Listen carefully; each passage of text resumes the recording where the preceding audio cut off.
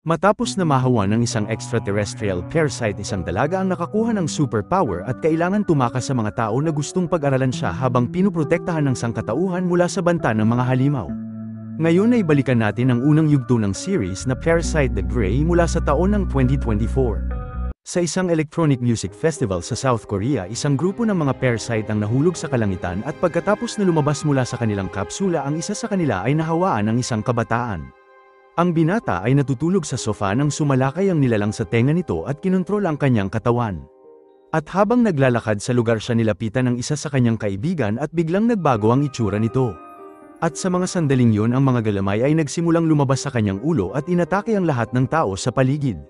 At nang masaksihan ng pag-atake, sinubukan ng mga tao na tumakas sa lugar, ngunit karamihan sa kanila ay namatay sa panahon ng kanilang pagtakas. At sa gabing yun, si Sue ay nagtatrabaho sa isang supermarket at nagkaroon ng pagtatalo sa isa sa mga customer. At makalipas ang oras ng pauwi ito, napansin ng dalaga na may nagmamasid sa kanya at nauwi ito sa pagsunod sa kanya ng sasakyan. Ang lalaking yun ay ang customer sa supermarket na sinundan siya upang gumanti, at matapos na patambahin ito sa kanyang bike, inatake ito ng lalaki gamit ang kutsilyo, ngunit nagawa ng dalaga na makatakas at naglakad ng dahan-dahan patungo sa plantasyon. At dahil malubha itong nasugatan, nawala ng malay ang dalaga at nauwi ito sa pag-infect sa kanya ng alien parasite.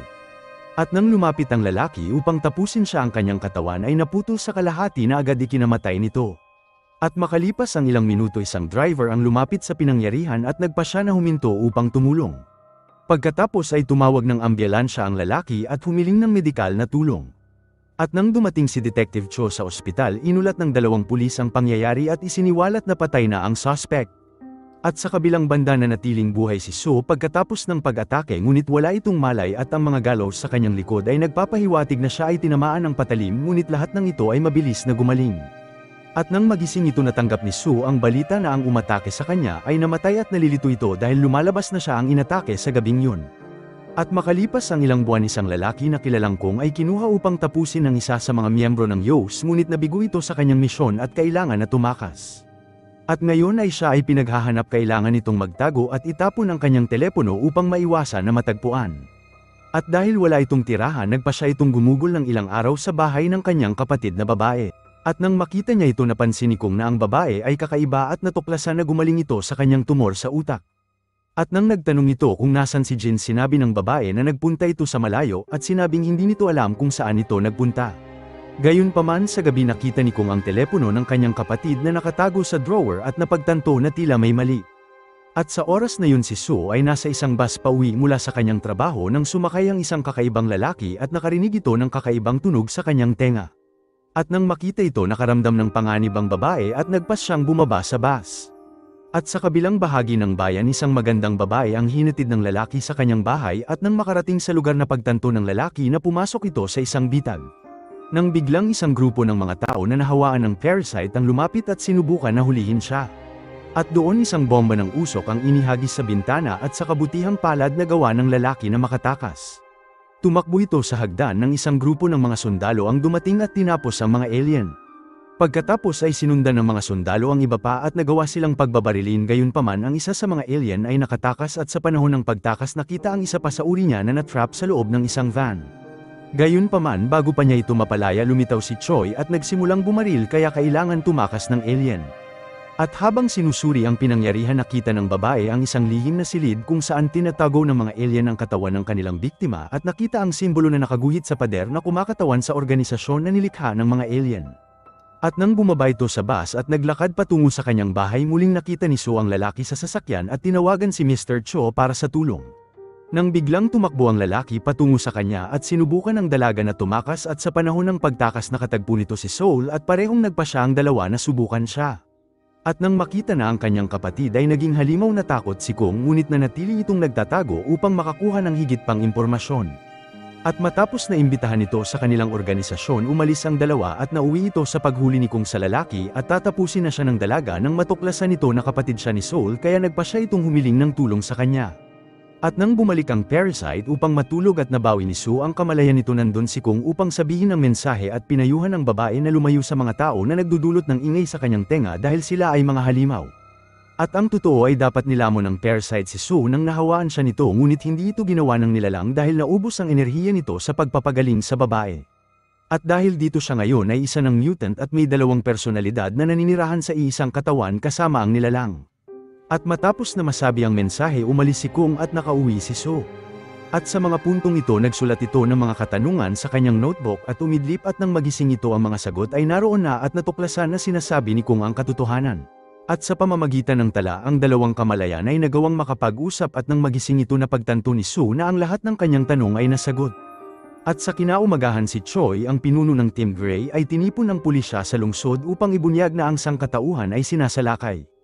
At bago pumasok sa istasyon ng pulis ang lahat ng naroroon ay sumasailalim sa X-ray at napatunayan ng pagsusuri na wala sa kanila ang nahawaan ng parasite.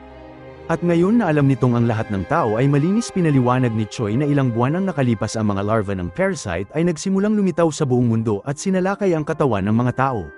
At sa paraan na ito ang mga nilalang na ito ay nilalamon ng utak at kinokontrol ito at pagkatapos ang nahawaan ay magsisimulang kumain ng tao hanggang ang kamalayan ng nahawaan ay mawala na.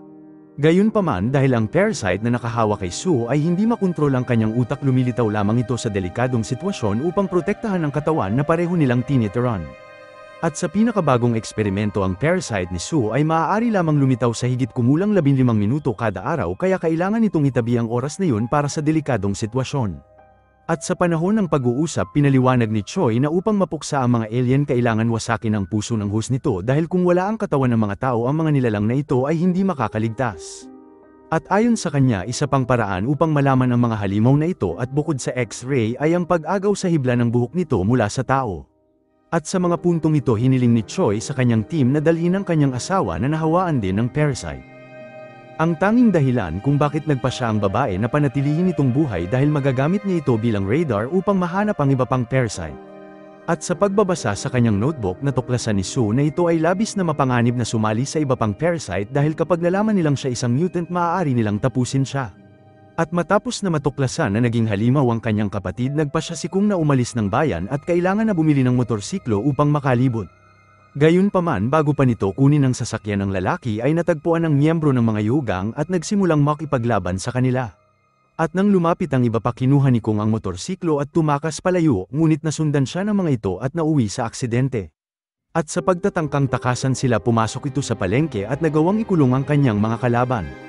Pagkatapos ay bumalik ito upang kunin ang kanyang motorsiklo at nagawang makatakas at sa mga sandaling yun ginamit nito ang telepono ng kapatid niya para tawagan ang kanyang kaibigan at humiling ng tulong na makatakas at nagpa siya na magkita sila sa kinagabihan.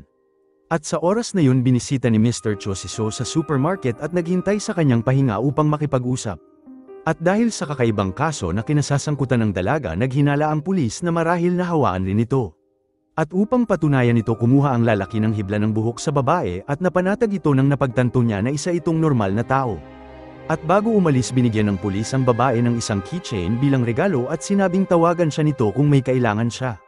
At sa gabi habang pauwi muling nilapitan si Su ng mga parasite na umatake sa kanya at hiniling na sumakay ito sa sasakyan. Napagtanto ng dalawa na kayang gayahin ng babae ang kilos ng mga tao kaya nagpa siya silang dalhin ito sa pastor ng isang simbahan. At nang makita ito nagtaka si Kung kung ano ang ginagawa ng mutant doon dahil siya ay nagtatago sa kagubatan upang magtingin sa paligid. At habang nagtitipon ng mga alien sa simbahan nag-imbestiga si Kung ano ang kanilang tinatago sa shed at natagpuan ng 12 bangkay. Nang biglang lumitaw ang isa sa mga parasite at ang binata ay kailangan na magtago upang maiwasan ang kaparehong kapalaran ng mga bangkay. At habang sinusubukan na magtago sa katawan natagpuan ni Kung si Jean na wala ng buhay at natuklasan kung ano talaga ang nangyari sa kanyang nakakabatang kapatid. At sa mga sandaling yun nagsimula itong umiyak at inatake ang alien na pumasok sa shed. Gayunpaman hindi ito nagawang mapatay ni Kung at kailangan na tumakas. Ang ingay na ginawa ni Kung ay umakit sa atensyon ng iba pang parasite na umalis sa simbahan upang tugisin siya. At habang tumatakbo sa kagubatan ng binata ay natagpuan ng miyembro ng yugang muli at inutusan nila ng lalaki na umalis nang biglang lumapit ang grupo ng mga parasite at ang mga gangster ay inatake. Samantala sinamantala ni Kung ang pagkakataon na makatakas at nakita si Su sa panahon ng kanyang pagtakbo. At sa mga sandaling yon nagpa siya silang magsama upang makatakas sa lugar ngunit sinundan sila ng isa sa mga parasite. Minuto ang lumipas nakita nila si Kyumin at kinuha ni Kung ang sasakyan ng lalaki upang tumakas at habang nagmamaneho tinanong ni Kyumin kung ano ang nangyayari at nang malaman nito na pinatay ang mga miyembro ng yugang inatake siya nito. At sa mga puntong ito nadiskubre ni Kung na ang kaibigan niya ang naglaglag sa kanya at kailangan nitong protektahan ang kanyang sarili habang sinusubukan na magmaneho. At sa panahon ng labanan naramdaman ni Sue ang paparating na parasite at pinahintulutan ang kanyang katawan na kontrolin ng alien. At dahil desperado nauwi sila sa isang aksidente at nakabitin sa pader habang naglalaban ang dalawang parasite sa kalagitnaan ng daan. At nang mapagtanto nito na si Sue ay isang mutant, nagpa siya ang kanyang kalaban na bumalik sa simbahan upang sabihan ng pastor, ngunit nauwi sa pagkamatay niya sa panahon ng kanyang pagtakas. At nang nabawi ng babae ang malay nito, pumunta ito upang tulungan si Kung at sa tulong ng parasite nagawa niya itong mailigtas sa pagkakahulog. Pagkatapos ay bumalik ang dalawa sa lungsod at tumuloy sa isang hotel para sa gabi, at sa umaga nagsimula nilang pag-usapan ng isang solusyon upang tapusin ang mga halimaw, at inimungkahi ni Kung na dapat nila itong sabihin sa mga pulis. At magkasama naglakad ang dalawa sa payphone at ibinigay ni Sue ang numero ni Mr. Cho upang makipag-ugnayan. At matapos na sabihin ng ulat, pinaalam ito ng pulis kay Choi at pinangunahan ng babae ang grupo sa simbahan. At nang dumating sa lugar, pumasok ang grupo sa bodega at nahanap ang ilang bangkay, at habang sinusuri ang simbahan nakita ng detective ang susi at nakilala ang keychain na binigay nito kay Sue bilang regalo, ngunit nagpa siya na itago ang impormasyon na ito kay Choi. At nang bumalik ito sa istasyon ng pulis, nagsimulang magtipo ng impormasyon ng mga pulis sa pagtatangkang alamin kung ano ang nangyari sa simbahan, at natuklasan na ito ay kay Pastor Kwan. Nag-alok ang isang pulis na bisitahin ang bahay ng pastor at nagawang mahanap ito, gayunpaman ang katotohanan ay ang pulis ay nakikipagtulungan sa mga alien, at dahil sa kanya nagawa ng mga ito na makatakas sa simbahan sa tamang oras. At bago umalis, nagtanggap ang lalaki ng bagong misyon at inutusan siya ng pastor na tapusin ang asawa ni Mrs. Choi upang hindi na sila masundan ng mga pulis. At sa oras na yon nakatanggap si Sue ng tawag mula sa detective at sinabi na kailangan siya nitong makita. At nang makita na aalis si Mr. Cho sa istasyon, nagpa siya si Choi na i-track ang sasakyan nito dahil naghihinala ito sa kanya. At nang makipagkita ito sa dalaga at natuklasan na nawala nito ang kanyang susi, ang hinala nito na si Sue ay nasa simbahan ay nakumpirma at tinanong kung ano ang nangyari sa lugar. Samantala dumating din si Choi sa eksena at pinaalam sa kanya ng tracker na may isang parasite na malapit sa lugar. At nang makita ang armadong babae na papalapit, tinulak ni Kung ang detective at tumakbo kasama si Sue. At sa puntong ito nagtago ang dalawa sa inabandonang park at dumating ang grupo ng mga pulis upang tulungan si Choi. At dahil napagtanto na ang babae ay papalapit, kinuha ng parasite ang katawan ng dalaga at sinabi na gagambalahin niya si Choi habang tatakas si Kung. At nang pasukin ng pulis ang park, kinuha ng isang pulis ang pagkakataon na tapusin ang parasite na asawa ni Choi at tinusok ang puso ng nilalang. At matapos na umatake kay Choi, sinubukan na tumakas ni Sue, ngunit napaligiran ito ng mga pulis. At sa mga sandaling yon nakatanggap ang babae ng isang signal mula sa kanyang asawa at napagtanto na may isa pang halimaw sa malapit. At nang lumabas ito upang mag-imbestiga, nawala ng malay si Sue at bumalik sa kanyang kamalayan. At matapos na patayin ng parasite, inilagay nito ang damit na may dugo sa sasakyan at walang ideya na nakita ni Kung ang pag-atake. At nang makita nito si Sue, nagmadali si Mr. Cho sa kanya at inutusan ng mga pulis na tumawag ng ambulansya. Gayunpaman, inilayo siya ng grupo mula sa babae at inilagay ni Choi ang helmet upang pigilan ito katulad ng kanyang asawa. At sa sumunod na umaga, matapos ng pagsusuri, natuklasan ng pulis na walang ebidensya na si Sue ay isang parasite, ngunit patuloy na giniit ni Choi na nakita niya itong nagbagong anyo. At bilang resulta, inutos ng babae na ilipat ang dalaga sa punong tanggapan nila kung saan mas maraming pag-aaral ang magagawa nila. At upang maiwasan si Sue na magkaroon ng panic attack at mamatay ang parasite sa loob niya, ay nagpa siya na panatilihin siyang walang malay at inilipat ang kamalayan nito sa pinakamalalim na bahagi ng kanyang utak, ang kanyang mga alaala. Samantala, nagawa ni Cho na mahanap si Kung at tumabi sa kanya sa isang bus, at matapos na posasan nito, inaresto siya ng lalaki sa loob ng sasakyan at hiniling ng lalaki na dalhin siya nito sa ibang lungsod dahil mayroong halimaw sa istasyon ng pulis kung saan nagtatrabaho si Cho. At nang itinuro ni Kung kung sino ang pumatay sa asawa ni Choi, nalilito ang detective dahil ilang taon na itong nagtatrabaho at nagtitiwala ito sa lalaki. At habang nagmamaneho, nagtanong si Cho kay Kung ng ilang katanungan at nalaman kung ano talaga ang nangyari kay Sue. At nang napagtanto nito na ang lalaki ay sinasabi ang totoo, hiniling ng detective ang kanyang tulong upang hindi dalhin ang dalaga sa Team Gray dahil kung mangyayari ito, siya ay mamamatay. Ang trabaho ng lalaki ay pasukin ang istasyon at nakaway ng uniforme ng isa sa mga guard na maghahatid kay Sue. Pagkatapos ay umakyat ang binata sa likod ng truck upang bantayan ang parasite, at nang makapasok ito sa sasakyan upang samahan ng grupo, nagulat si Cho sa pagdating ng pulis na sasamahan siya sa paglalakbay. At sa daan, isang aksidente ang nagdulot ng traffic at bumaba ang dalawang armadong pulis upang tignan ang problema. At doon nakasalubong nila ang mga alien at nauwi ito sa pag-atake sa kanila, at mabilis si Choi at ang kanyang tauhan ay lumabas upang labanan ng kalaban, ngunit napagtanto nila na hindi nila mapipigilan ang mga ito at nagpa siya na umatras. Samantala hiniling ni Cho sa isang pulis na ilikas nila ang mga sibilyan mula sa kalsada dahil ang malaking bilang ng parasite ay papalapit na.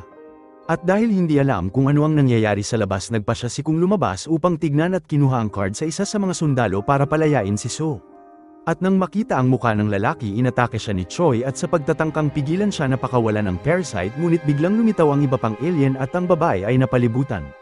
At doon sinamantala ni Kung ang pagkakataon na tanggalin ang helmet ng dalaga at nagising siya ng parasite sa loob niya. At sa panahon ng pagtakas kinuha ni Kung ang sasakyan ng sibilyan at nagawang makatakas ngunit nagpa siya ang pulis na sundan siya at hiniling kay Cho ang tulong upang mahuli sila. Gayunpaman sa kanilang daan binitawan ng pulis ang paghabol at nagpa siya na kumuha ng ibang ruta. At doon naramdaman ni So ang presensya ng isa pang halimaw sa malapit at napagtanto na ang detective ay nasa panganib.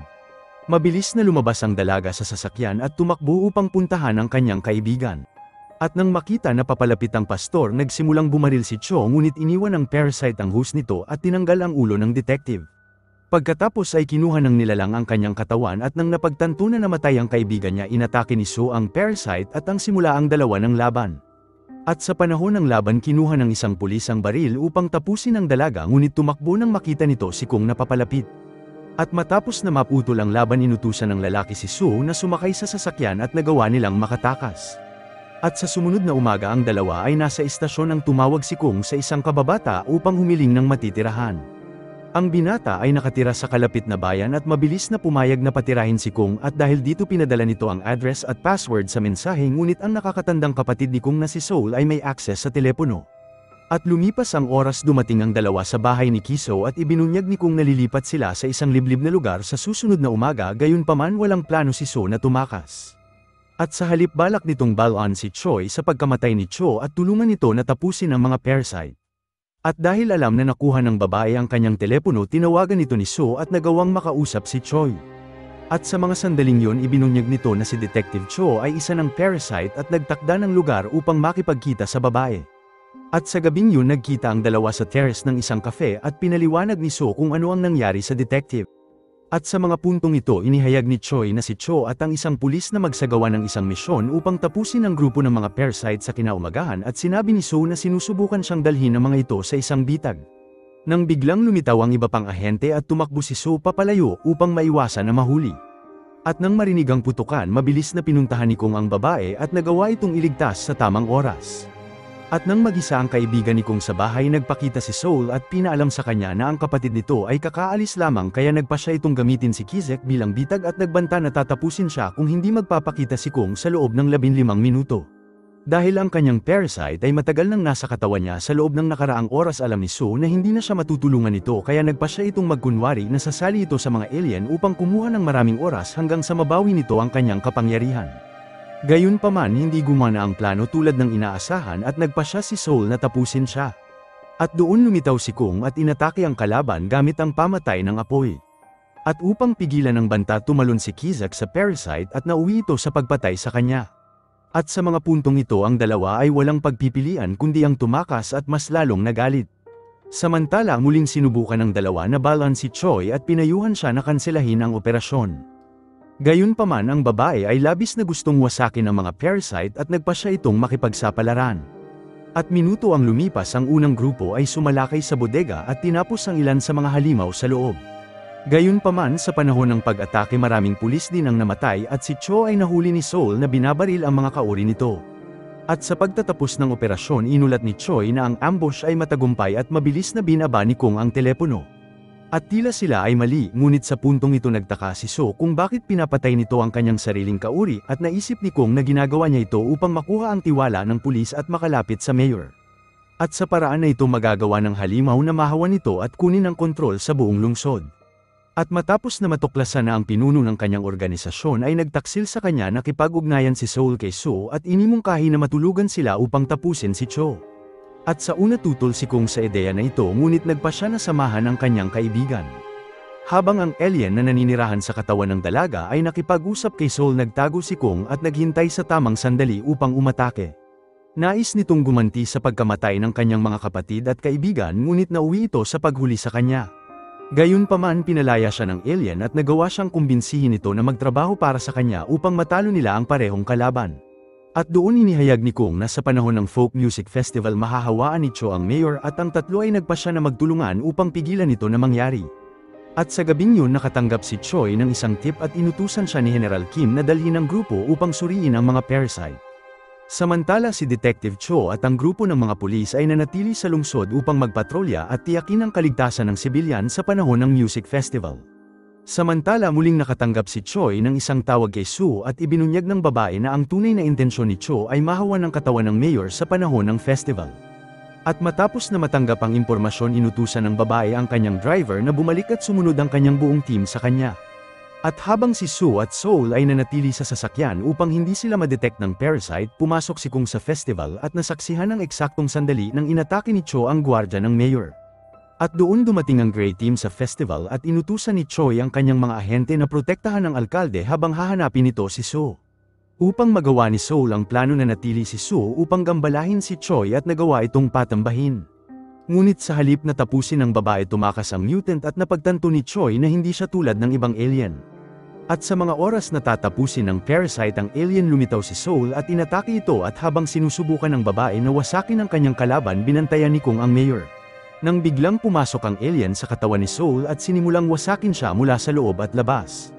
At upang mapigilan si Kung at ang mayor na mamatay tinulak sila ng babae papalayo at inutusan silang tumakas. At matapos na makitang mamatay ang parasite na naninirahan sa katawan ng kanyang kapatid tumayo ang binata at dinala ang mayor sa ligtas.